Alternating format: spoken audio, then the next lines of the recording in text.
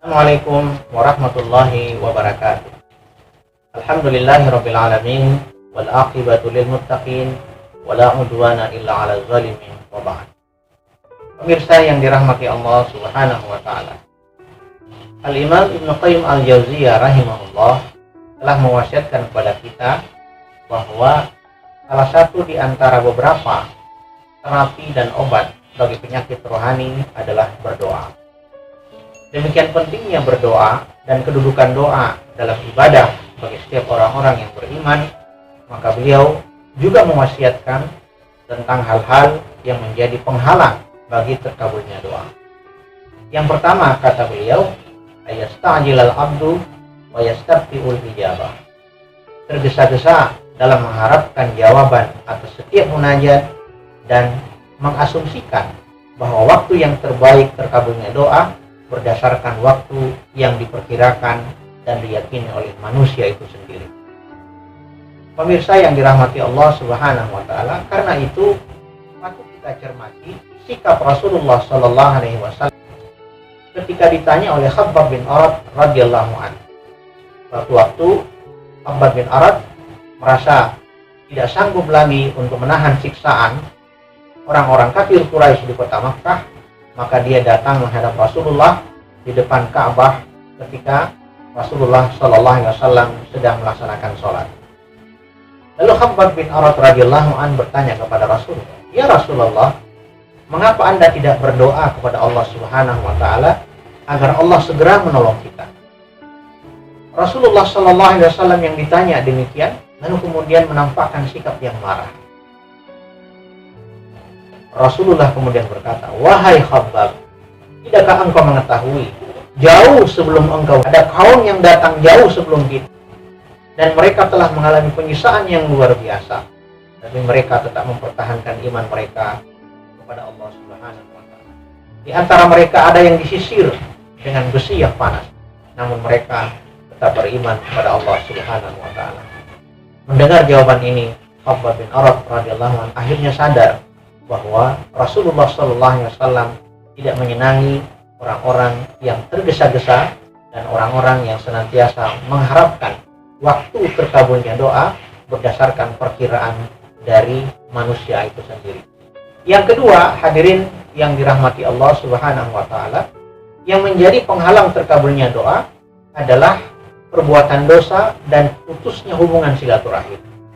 Al-Imam Ibnu Qayyim Al-Jauziyah rahimahullah mengatakan salah satu hadis Rasulullah sallallahu alaihi wasallam, la yazalu yustajabu lil 'abdi ma lam yada bi ithmin aw qati'atin rahim, bahwa doa akan selalu dan senantiasa terhalang apabila orang yang berdoa adalah mereka yang senantiasa mengiring perbuatannya dengan perbuatan dosa dan juga mereka memutus hubungan silaturahim di antara mereka. Kemudian yang ketiga, kata Imam Ibnu Qayyim rahimahullah, bahwa yang menyebabkan terhalangnya doa adalah makanan yang haram. Kita mengingat kisah dari Sa'ad bin Abi Waqqas radhiyallahu anhu. Suatu waktu beliau bertanya kepada Nabi sallallahu alaihi wasallam, "Ya Rasulullah, ajarkan kepadaku satu pemahaman, satu ilmu agar aku termasuk orang-orang yang diijabah doanya oleh Allah Subhanahu wa taala."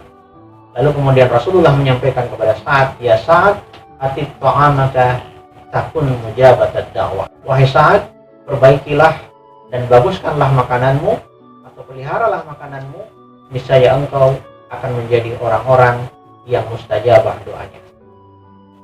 Makanan yang haram bukan hanya dari zatnya, tapi makanan yang haram juga harus ditinjau dari cara memperolehnya.